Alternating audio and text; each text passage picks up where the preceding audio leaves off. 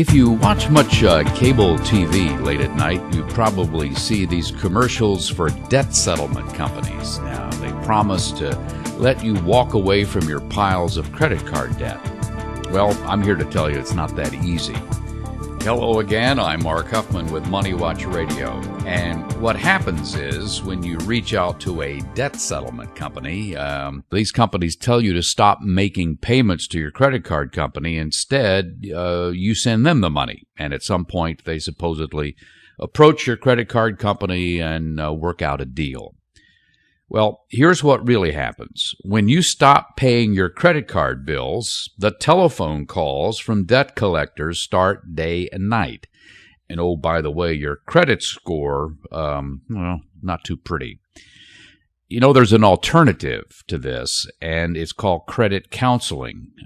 Credit counseling helps you put your financial life back together so that you can pay your debt. Joining me to talk about credit counseling and how it works is Gail Cunningham, Vice President of the National Foundation for Credit Counseling. Gail, thanks for taking some time to talk with us about this. Happy to be here, and thanks for having me. Now, for starters, tell me exactly what does a credit counselor do? Well, credit counseling can be a sensitive term with a lot of people. They think, I don't need counseling. And so people may unnecessarily shy away from the very concept of credit counseling. Yet I want people to hear loud and clear that they are not alone. The NFCC member agencies help over 2 million people each year. So people can know that if they're experiencing a financial hardship, there are plenty of people walking in those shoes. We have about 650 physical locations across the country. People can come in and be eyeball to eyeball with someone and talk about their finances, or they can receive assistance by phone or online.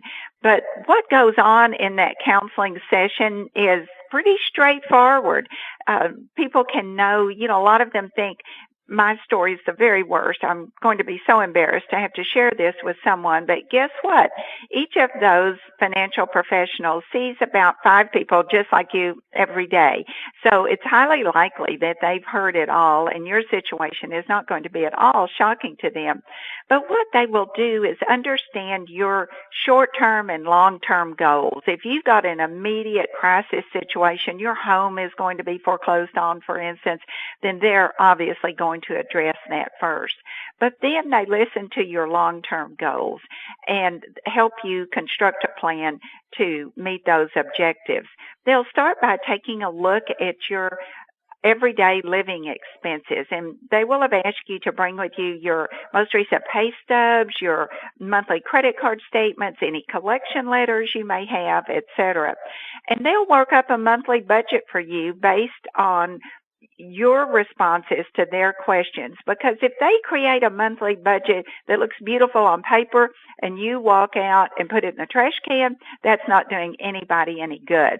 The budget has to be livable, workable, something that the consumer has weighed in and helped create. Because living expenses are the number one priority payments. We teach people to keep a roof over their head by paying their rent or mortgage, keep food on the table, pay the utilities, keep the lights on, keep gas in the car, medicine bought, etc.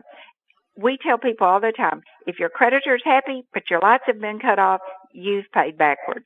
All right, let's talk a little bit about budgeting. What are the basics of budgeting? How do you put one together, and where do you start? That's another thing that people shy away from. They think budget's a 4-letter word. And if they can't stand the very thought of having a budget, if they feel that it is restrictive, then call it a spending plan. But, we all work hard for our money, and then we spend it very frivolously, very casually. So I just want to suggest to people that they can do anything for 30 days. So I'd like them to call their family together, sit around that proverbial kitchen table, and say, let's track our spending for 30 days. Let's write down every cent we spend. Because with most people, if I said, what's your house payment? You'd tell me. What's your car payment? You would tell me. But if I said, how much do you spend each month eating out? I would get that deer in the headlights look.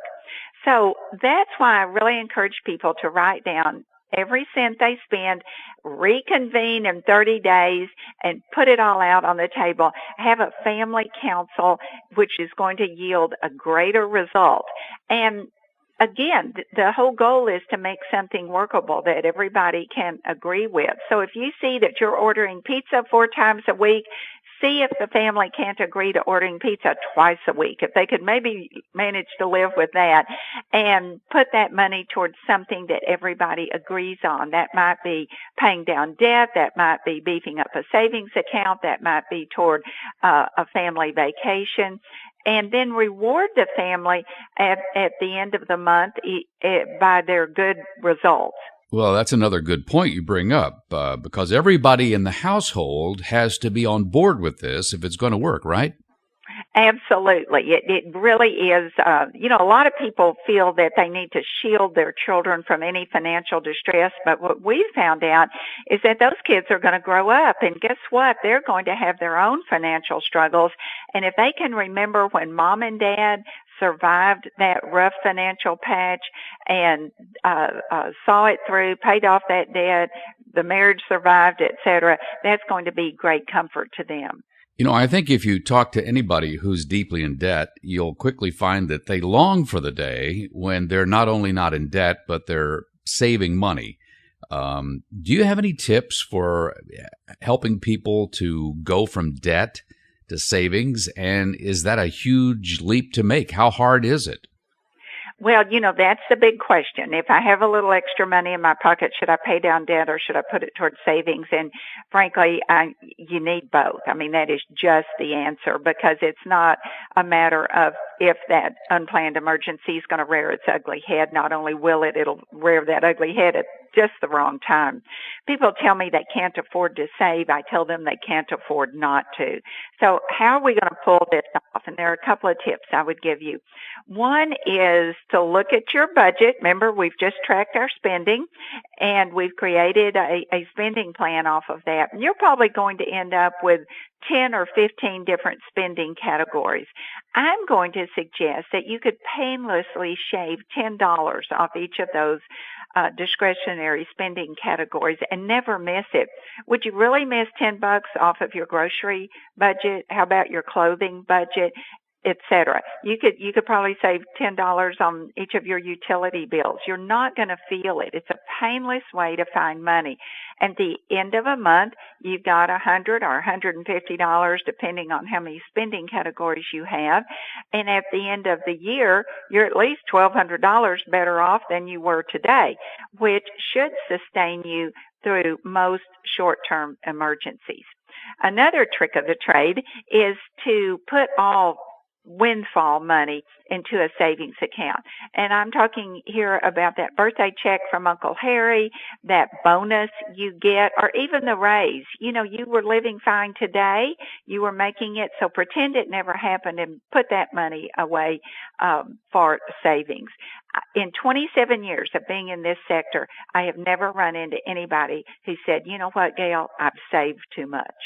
Let me ask you this. How do you know that you need a credit counselor? You could be going along oblivious, not really paying attention to your finances.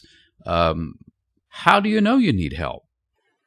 That's a great question. And often when people ask me that question, just by them posing the question tells me that they're struggling with some financial issue.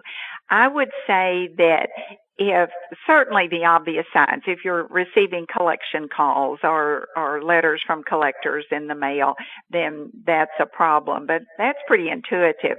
But some telltale signs are if you're having arguments in your home about money, or if your credit card balances grow each month.